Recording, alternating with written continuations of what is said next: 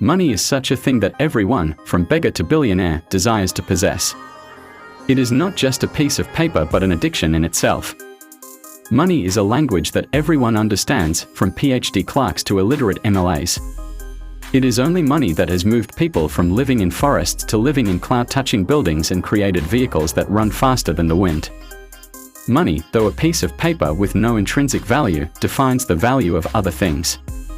But where did money get so much power?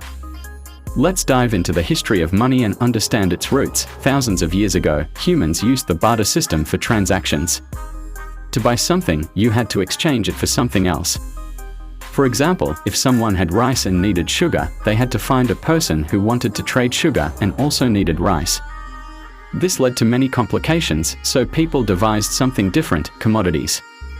Money was made out of items useful to everyone, and people began doing business with cattle, grain, tobacco, and liquor. However, this too had its problems. It was difficult to determine the true value of one's items, and commodities could spoil over time. Grains would rot, and animals could die. The need for a universal form of money led to the creation of coins made from gold and silver. But even this solution had its issues. Carrying heavy gold was difficult, and there was always the risk of theft. To solve this, goldsmiths and others began offering to safeguard people's gold.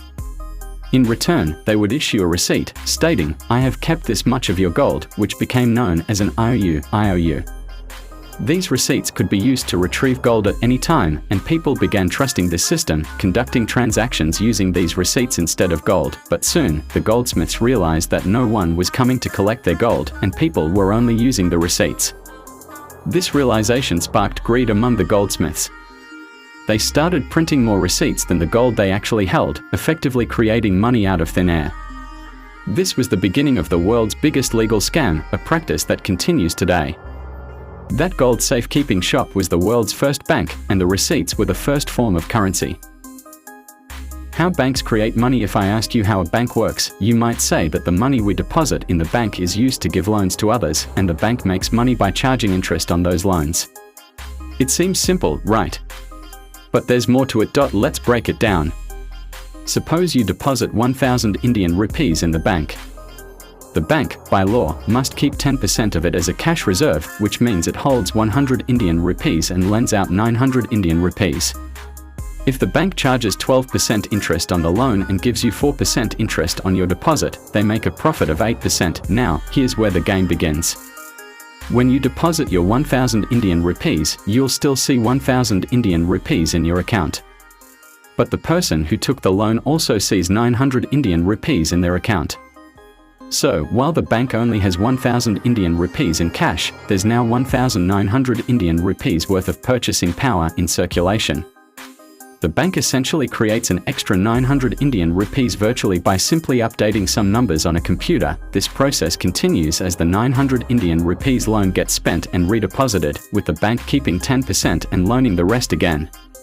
Through this method, a deposit of 1,000 Indian rupees can lead to the creation of up to 10,000 Indian rupees in virtual currency. This system, called the fractional reserve banking system, operates on probabilities.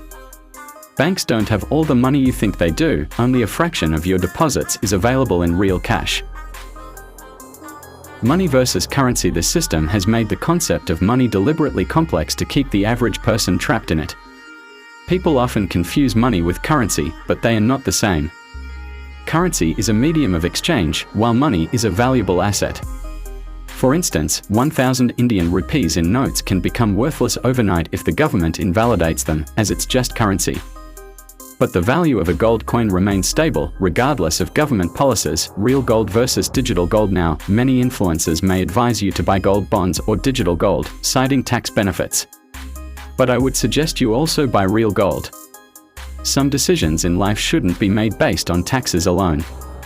Unless you have 500 to 1,000 Indian rupees crore, worrying about a 2 to 4% tax doesn't make sense. In times of crisis, real goods are more valuable.